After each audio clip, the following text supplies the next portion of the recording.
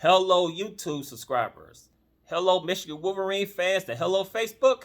This is Harry Bryant again, making a post-game video.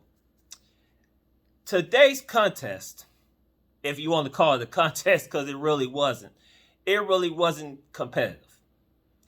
Of course, Michigan had a second road game back-to-back, and this time Michigan had to travel to Minneapolis, Minnesota to play the Minnesota Golden Gophers. It wasn't even a competition. It wasn't even competitive. Michigan flat out dominated, embarrassed Minnesota from the start of the game all the way towards the end. It wasn't even competitive, to say the least. The final score, Michigan 52, Minnesota 10. So practically it was a 42-point blowout that Michigan showed on Minnesota. So let me go over the box scores real quick. J.J. McCarthy, Army Switchblade. This man can do it. I ain't gonna say do it all because he can't play defense. But on offense, except for being a wide receiver, this dude, he got the goods. He definitely got the goods. So J.J. McCarthy in the passing category, he completed 14 of 20 attempts, 219 yards. He made a passing touchdown. A touchdown throw. Jack Tuttle, 2 for 2, 22 yards, no touchdowns. Jaden Denigal, he practically was a no factor because he didn't have that much playing time. Of course, it was garbage time when Jaden Denigal went out there. Okay, now. Here's this. Michigan rushing. Blake Corum, 9 carries, total 69 yards, 1 touchdown. Caleb Mullings, 8 carries, a total of 47 yards, 0 TDs. Donovan Edwards, only 4 carries, a total of 20 yards, no touchdowns.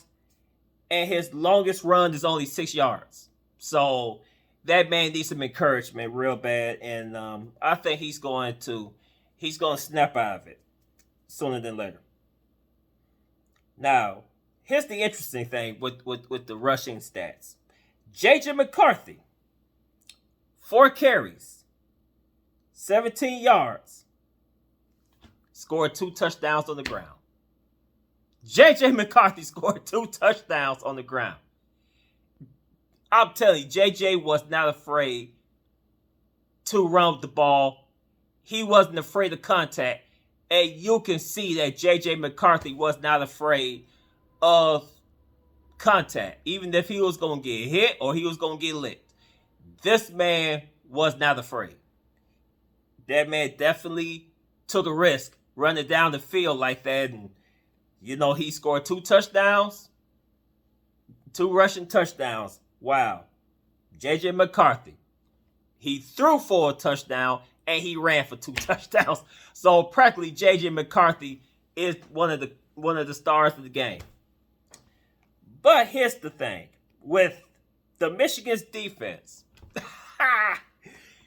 not 1, but 2 pick sixes was caused by, let's see, Will Johnson intercepted and he ran in the house for a touchdown. And Keon Saab, he also caught an interception and he ran into the house for a pick 6. So 2 pick sixes, 1 by Will Johnson and 1 by Keon Saab.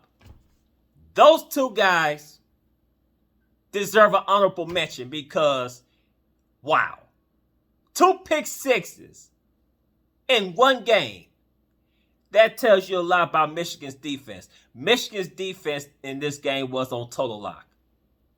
I mean, don't get me wrong, our offense did what they were supposed to do, particularly J.J. McCarthy. He the one that practically was the star of the game.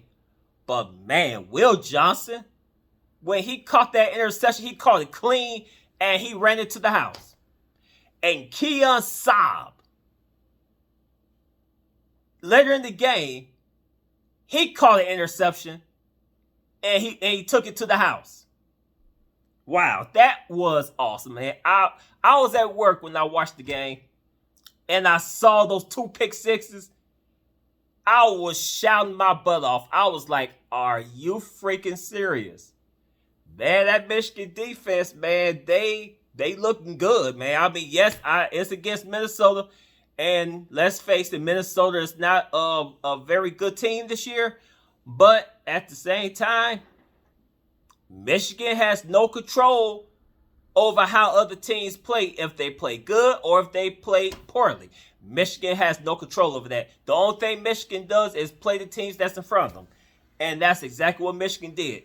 They took care of business, and it wasn't even close. It wasn't even a challenge for Michigan. Now, don't get me wrong, in the beginning of the game, of course, the Minnesota fans, they was riled up. You know, Minnesota made a couple key stops in the first quarter, and of course the crowd got into the game. And then as the game carries on, when Michigan starts showing this dominance, then that's when the crowd start to be a non-factor, and all of a sudden they was quiet, and then all of a sudden, Michigan pulled out their starters and put in their backups to begin the fourth quarter.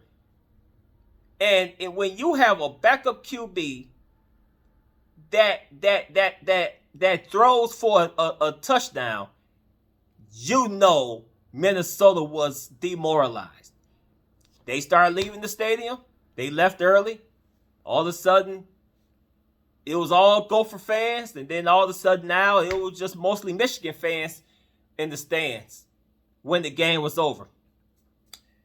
But Michigan took care of business. So what did I take away from this game? I think that as long as Michigan continues dominating the way they dominate teams, and as long as they stay injury-free, I think Michigan has an excellent chance towards the end of the season, when Michigan got 3 big tests. They got Penn State, Maryland, and of course the big one, and that's against OSU. As long as Michigan continues to dominate and they get better on the lines of scrimmage, they get better on just every position, every key position. As long as Michigan shows improvement, I think Michigan got what it takes to go undefeated, play for a Big Ten championship, and become 3-time Big Ten champions, a 3-peat. So Michigan has a chance to do it. So yes, Minnesota is not that good. Let's face it. But at the same time, Michigan did play on the road, and Michigan did play in hostile territory. So now Michigan got a taste this year of what it's like to play on the road. So now Michigan not only played 1, but they played 2 road games. So now Michigan is used to playing in hostile territory instead of Michigan always playing at home. So now Michigan got that experience playing on the road. So now Michigan is 6-0, and Minnesota's now 3-3. So that's all I can take away from this game. It was just pure dominance from start to finish. Minnesota was just, they was there, but they really wasn't there. You know, as far as competitiveness, they just wasn't there. So next week, I think Michigan plays Indiana. I think Michigan got Indiana next week. Let me see what Michigan has going into next week. Yeah, so Michigan got Indiana, and I think it's gonna be a home game, and it's gonna be a noontime kickoff.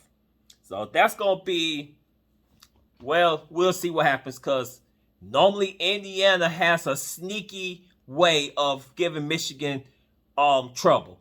But this may not be the same Michigan team. But we'll see what happens. I think Michigan go take care of business next week against Indiana, and Michigan gonna end up being 7-0. Of course, Michigan after Indiana, Michigan got, of course, that team at East Landfill.